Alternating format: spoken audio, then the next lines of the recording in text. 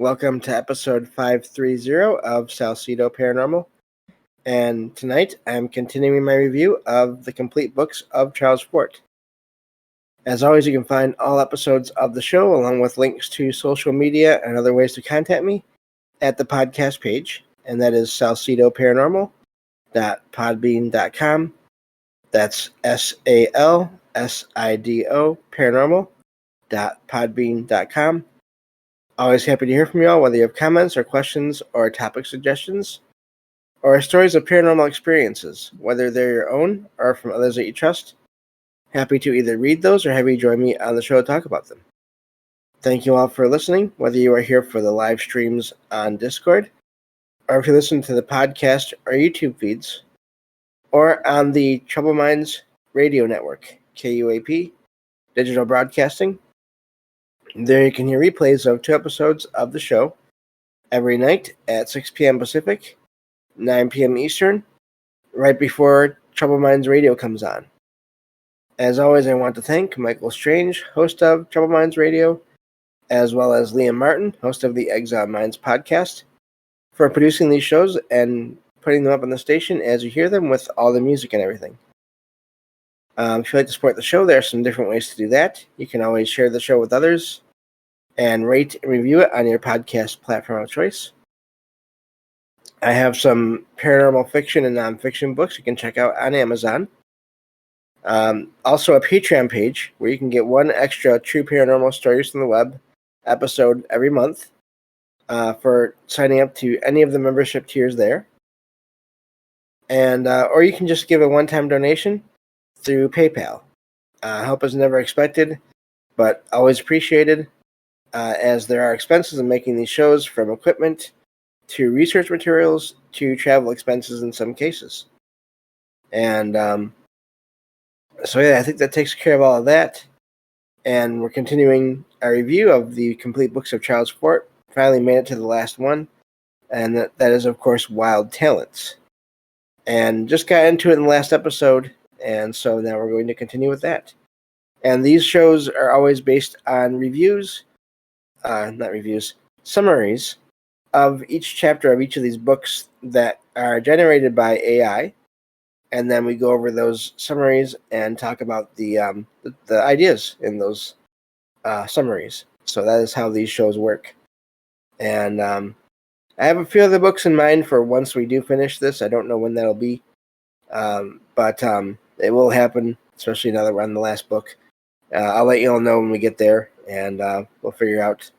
Maybe I'll put in in the Discord. I'll let you all know what options I have set aside, and we can decide on that together. So I definitely recommend joining the Discord as well. Okay, so that takes care of all of that. So let me get back to the material here. And we finished chapter 3 last time, so we are now on chapter 4. This chapter continues to link various strange and mysterious occurrences through a theme of underlying connection. It argues all things are interrelated, even if not obviously so, using the example of fruits versus vegetables and psychology terms applied loosely. So it says more cases are shared of people injured by falling objects in Brooklyn around the same time, and 3 soldiers struck by an unseen assailant. So basically they're talking about, in that case there, invisibility, it seems. It says houses are entered and vandalized in ways unexplained, with lace curtains torn down and items smashed but nothing stolen. Several fox hunters die or are injured in freak accidents around the same time. It says, these are all just examples apparently. Prison officials become ill or die in a short period of time. A series of unexplained mansion fires occur in England with no theft and no way the arsonist could access parts of the houses on fire. Sort of the just almost like, I think the term is locked door mystery, but more of a paranormal or unexplainable, or even Fortean nature, I guess you could say. The chapter suggests a zebra and cow hitched together, drawing connections between wildly different events. It argues for relatability between things like a radical speaker in London calling for a revolution and a distant old mansion burning. Not sure about that last one, but he does seem to be talking about just sort of cause and effect, and maybe causes having effects that where we can't quite figure out the cause. I think I kind of get what he's saying there. So that is odd, especially going back to the fires. I'm just, I think that is a thing that has happened, and I mean, of course, some cases there may be other logical explanations, but also I always wonder with that. I mean, we hear about water manifesting in areas somehow with no apparent reason or source. So odd things do happen. Obviously, that's sort of the main premise of this show. So moving on to chapter 5. This chapter shares several more stories and mysterious crimes and magical thefts, while discussing ideas of truth, fiction, and exclusionary thinking. So a story is shared of a talking dog that disappears in a thin, greenish vapor. Charles Fort questions accepting this tale, yet embraces other magical stories. He argues everything contains some truth and fiction. That's an amazing idea there, that there's sort of different bits and pieces and levels of truth and fiction in all things. I like that in a way. Maybe it's because I do write fiction, and so anyway, it says more unexplained thefts are recounted, such as an unlocked bag disappearing from a counter, or money vanishing from a locked bag without it being opened. Yeah, that is kind of odd. The chapter argues all minds practice exclusion and sets its own arbitrary and unreasonable limits for belief. And actually, I think this has been referenced by, again, good friend of the show, Michael Strange, in a show we did a little while back about sort of Charles Fort and his things, his ideas and writings. And so Fort mentions the talking disappearing dog becomes a symbol of where the writer draws that line while accepting other magical events. And so basically it's just saying he can accept a lot of things, but not that one. So, and I like that. I mean, to me, I'm at the point now with enough experiences where I'm not going to just automatically throw really just about anything out as possible. So, last part of this chapter here, the summary says the motive continues to be linking mysterious, unexplained events that challenge rational explanation. The chapter continues to embrace magical events as somehow relating to deeper truths, and much like, fiction stories can. So that's chapter 5. Yeah, I like the idea of sort of mixing, again, reality and fiction together, and I think that happens so often. And so yeah, neat chapter there. And but anyway, moving on to the next one here. Let's see here, chapter 6. And so this chapter explores cases of mysterious hair clipping and stealing. That's odd. It argues against dismissing them as simply thieves selling hair, suggesting deeper, unexplained motives. Stories are shared of unidentified hair clippers stealing women's hair, braids, and locks of hair. In some cases, the victims are unaware until later, discovering some of their hair has been removed. The chapter notes parallels to magical thefts, poltergeists, and occult rituals.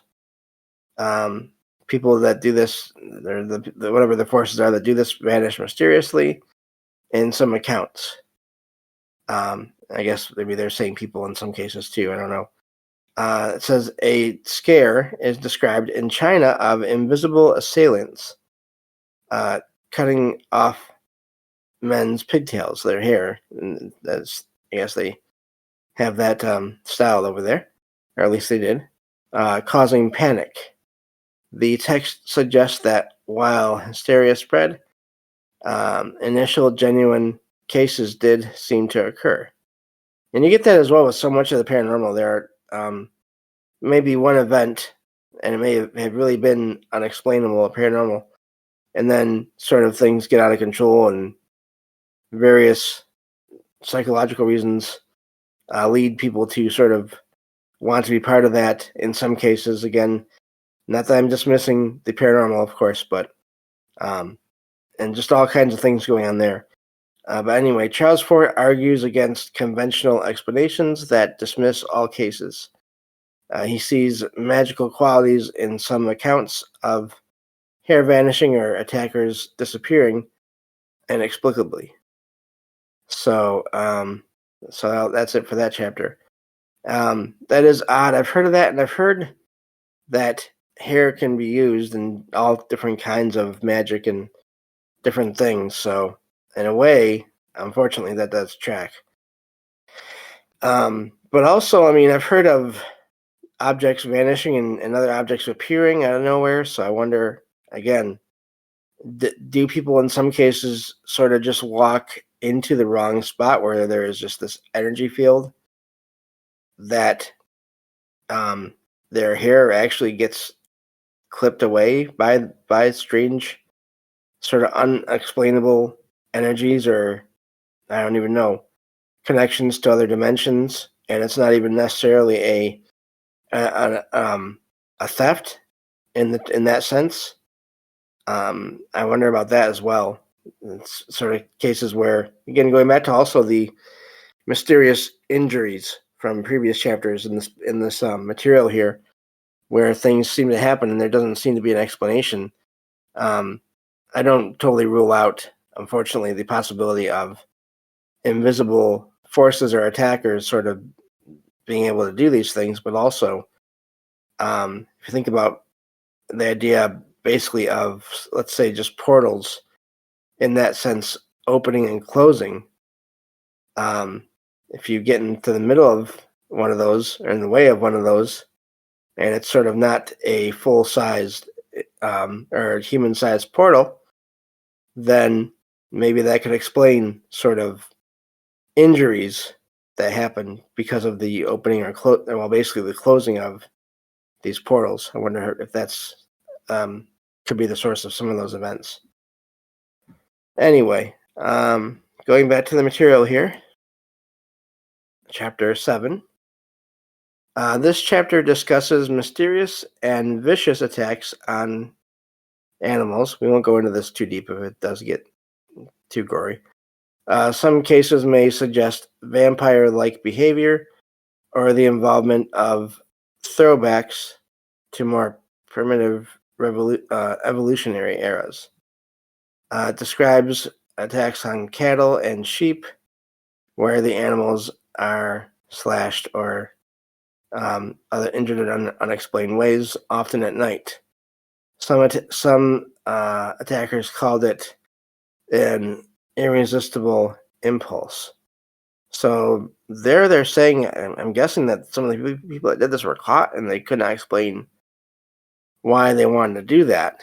That I think you can go either way on, but the one thing here, I guess that's maybe good to point out, is they mention cattle mutilations, and that is something that is a very, I would say, maybe not divisive, but a lot of people have a lot of different views on what those are, and that is associated in some cases with the whole idea of sort of aliens of some kind doing experiments on various creatures and for the reasons unknown, and leaving behind these animals, but in conditions that don't make sense. So I wonder if Fort is sort of referencing some of that as well. But so this case is recounted of Adali, I'm not sure, Edalii is the last name, who was accused and convicted of injuring cattle, but later exonerated when the case attracted wider publicity.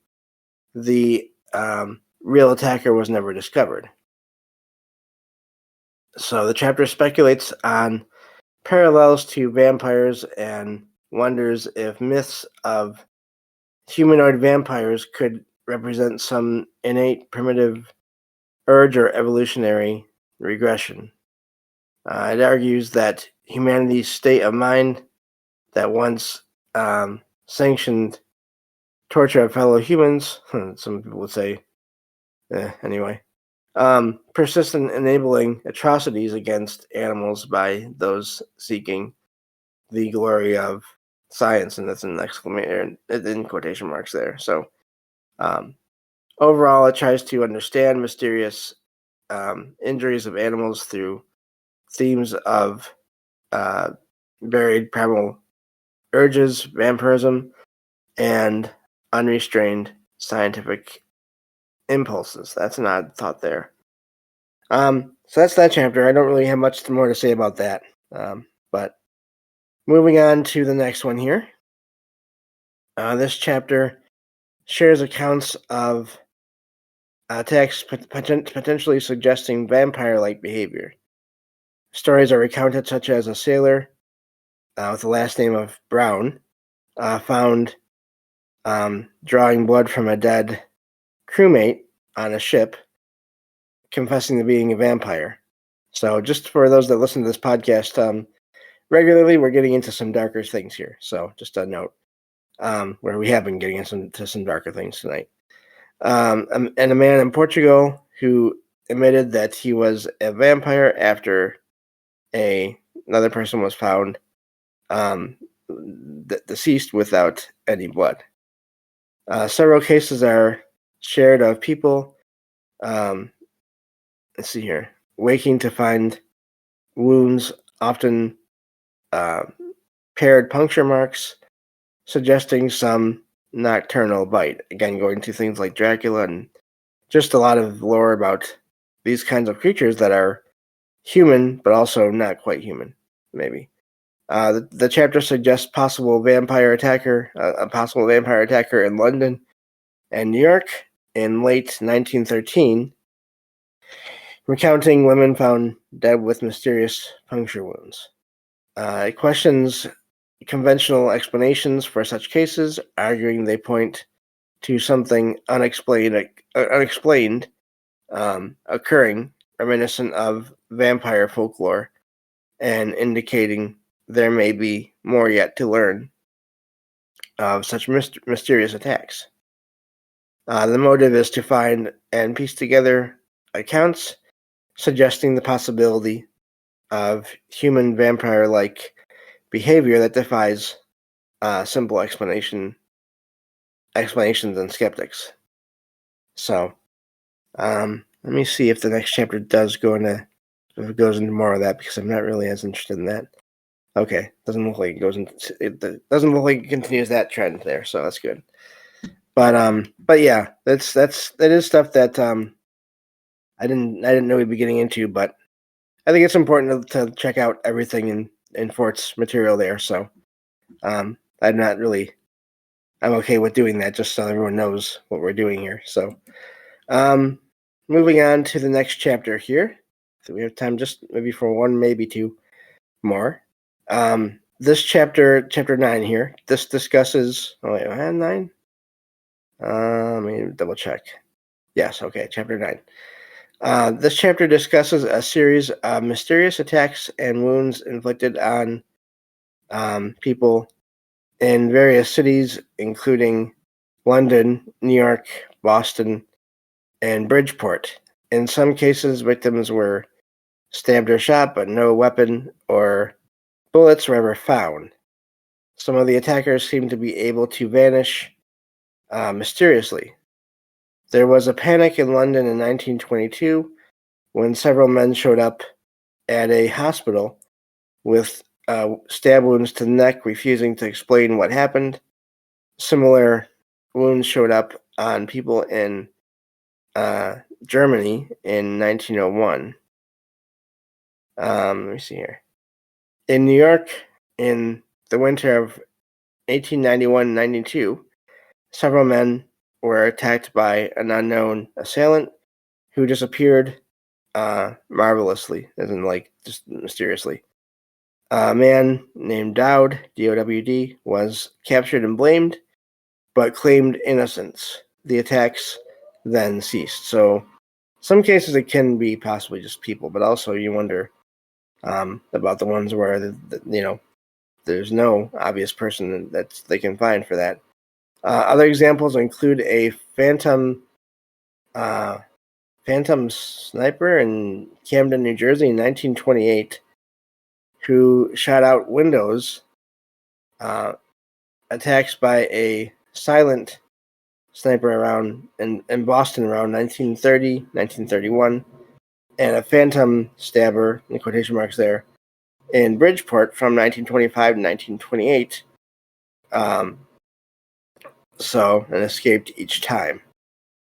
Of course, the chapter speculates on the motives and methods behind these attacks, suggesting an imaginative criminal element, in quotation marks there, with perpetrators seeking attention, mystery, and notoriety while seeming to possess unusual abilities in some cases to vanish or conduct assaults undetected.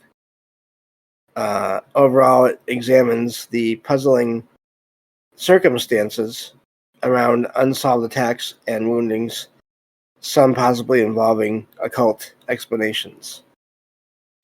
So that's that chapter. Let me check on the next one, and while I'm doing that, I'll just sort of comment on that. And that's sort of getting into the darker possibilities of different maybe abilities that people could have or other entities could have to sort of teleport or vanish or be invisible. Of course, we hear about this all in fiction, but you wonder about that. Where did those fictional stories come from? And so yeah, I think we'll stop there. We only have like a minute left for this episode today. So apologize if that was too dark for anyone. But I do think it's important to cover basically, like I said, everything that Fort reviewed, that he collected and talked about, and at least just even in passing. And so we'll keep this going next time.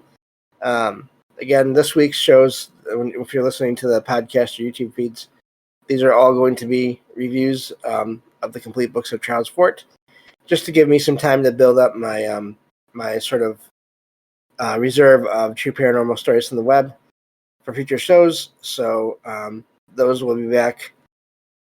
Those kind of episodes will be back with episode 533 and 536 once we get there. So those are not going away for good. Those are just it's just a 1 week break from that, and may do that whenever I need to sort of again get the reserve going, stockpile going of those stories for future use in episodes. So that's all time we have for tonight. Thank you all for listening, and I will talk to you all on the next episode of Salsidoparanormal. Take care.